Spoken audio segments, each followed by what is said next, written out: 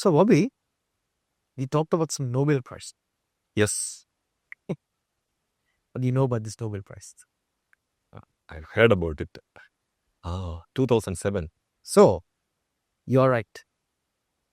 So now we are talking about something called giant Mm. magnetoresistance. And when you saw that, you immediately said Nobel Prize. Oh?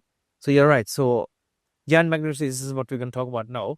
And in fact, two scientists, Albert Fert and Frieda Grünberg from France and Germany, I believe, in 2007 won the Nobel Prize in Physics for this giant magnetoresistance. But they actually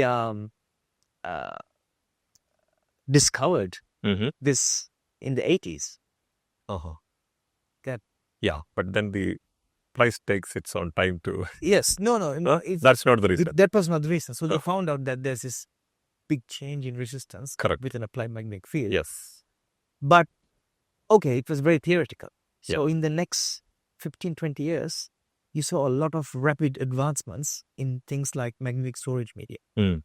So And the impact was massive. Yeah. Magnetic memory chips, and also it took some time. it took some time. So once this phenomenon was used in industry, then they realized, okay, this is here for good. This has a lot of value, and they said, Professor Fert, Professor Grünberg, you win the Nobel Prize. So that was the bit of history behind giant magnetoresistance. But then, what is giant magnetoresistance? So what did they discover exactly? So they called it giant because the magnetoresistance change Is huge. huge in the sense that it was much higher than AMR, right? So then they said, oh, this is a significant increase in that magnetoresistance, so they call it giant. Okay. And they found out it was not due to the angle between the magnetic field and the current. Mm-hmm. So what did they discover exactly? So what they discovered when we talk about giant magnetoresistance is that if you have a stack consisting of thin ferromagnetic layers, okay, like this, ferromagnetic layers separated by a non-magnetic spacer layer, the resistance of this system of materials, right, or this stack, changed. So the resistance across it, or which resistance? The resistance across it. Okay. This resistance, So if you measure that way, yes, changed when you apply the magnetic field. in which direction? Magnetic field could be magnetic field is also in this direction. Okay. Right. But it has nothing to do with the current. Right. But you still have to give it a current. Why? Why do you have to give it a current? To measure that resistance. To measure the resistance, but there's another reason.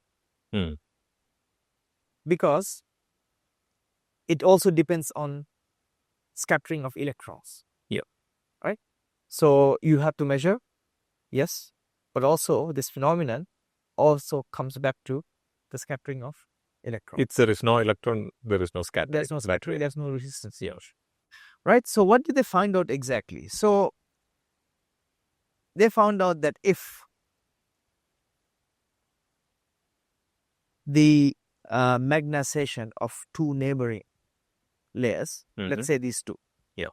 For example, if they were aligned antiparallel, right? So that means one of the layers have, let's say, a magnetization is in this direction, this one. It's already magnetized, isn't it? It's, let's if say. it is. If it is. Okay. Let's say, right? If they are aligned antiparallel. Okay, so you apply a magnetic field and they're aligned antiparallel, they notice that the resistance were high. Now, let's say you apply a magnetic field in the other direction. All these materials are otherwise conductors.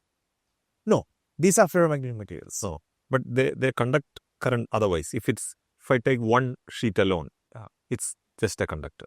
Yeah, it will conduct current. Yeah. It will conduct. But only when you keep two of this, which are magnetized in opposite directions, then there is a Yes, yes. So then let's say you change now the magnetic, so there's an applied magnetic field, right? Externally you apply. Externally. Hmm. Then let's say now this is already in that direction, let's say. Yeah. Now this one switches at some field. It switches its When you keep increasing. Yes. Mhm. Then the magnetizations of these materials become anti-parallel, parallel to each Okay. other. Then what they realized was the resistance dropped Very low. very low, and that drop was much higher than what you Seen in AMR. AMR, which is why this is called giant magnetoresistance.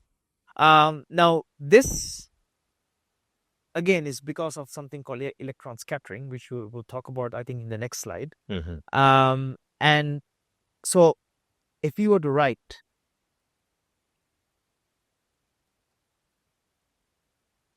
so you have antiparallel minus parallel divided by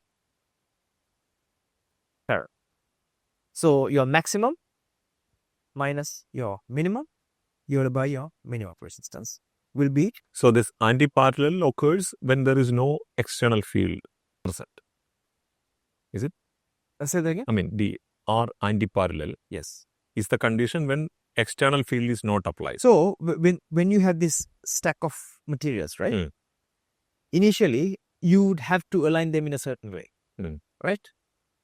Now, once you align them in a certain way, there is some, because of this non-conduct. So these are all nanometer thick. Yeah. Right?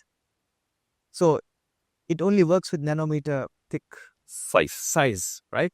This kind of exchange, which we call interlayer exchange coupling, right? It's basically a word. It's a phenomena where you see one magnetic, the magnetization of one ferromagnetic layer is somehow influenced by the other due to this non-conducting coupling, right? So, initially when you have a stack like this, you have to somehow align it in a certain way. So that's why you see this one in dotted lines. Is, let's say you align initially this way, right? And you apply magnetic field this way. So you're starting from here now, right? And now, let's say you keep applying, there's no change because you reach saturation. Now you start applying it this way. Now when you apply it this way, maybe this one, right, will change the other way. Now you have an anti-parallel arrangement, it will increase. Okay, so let's say now in the beginning both are this way, right?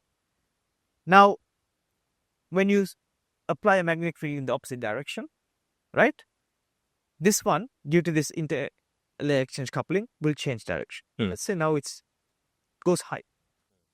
But if you keep on applying this field, right, let's say this field is also some AC field, this will also at some stage switch to this direction. Then you again go down. Yeah. So switch means it is not switch just like that. It says slow switch. Yes, it's a slow switch. That's why it has got a characteristic. Yes. It's not on off. Correct. Yeah. So when there is no external field, you have maximum resistance, as we can see in the plot. Yes, in this plot, yes, you have maximum. I mean, you can fabricate it in any way, because at the end of the day, when you fabricate it, you can actually align these magnetizations of these layers. Now, why do you have a multiple stack though? Why can't you just have this? To get higher and higher resistance? Yeah, to get higher. But again, that also has a limit. You cannot keep increasing that the thickness of this layer. But generally, you'd have multiple layers. Multiple layers. Yeah. So I mean, some of the more common ones are iron, chromium, and cobalt, copper, cobalt. Right. So you have multiple layers of these, and you observe a phenomenon like this. So here also we have that similar characteristic. I cannot find out the direction of the magnetic field. But here we are not. Oh yeah, that's true. But here we are not necessarily measuring the direction. So suppose if I want. Suppose if you want, you cannot. But I don't even know how would you measure the direction of a. Maybe you have a better insight into this. I mean, I know you can use it for direction measurement, because before You see, before, what was the difference? Before we had angle here, Yeah. but now we have magnetic field here, Yeah. right? So that's why. But magnetic field, let's say in positive direction or negative direction, Yeah. can result in same value of resistance. Yes. You're saying, for example, here and here. Yes. Right? Yes. Yeah, because it's symmetric. Correct. So in this case also, there's that problem. Yeah. Which we Depending on the application. Yes. Okay.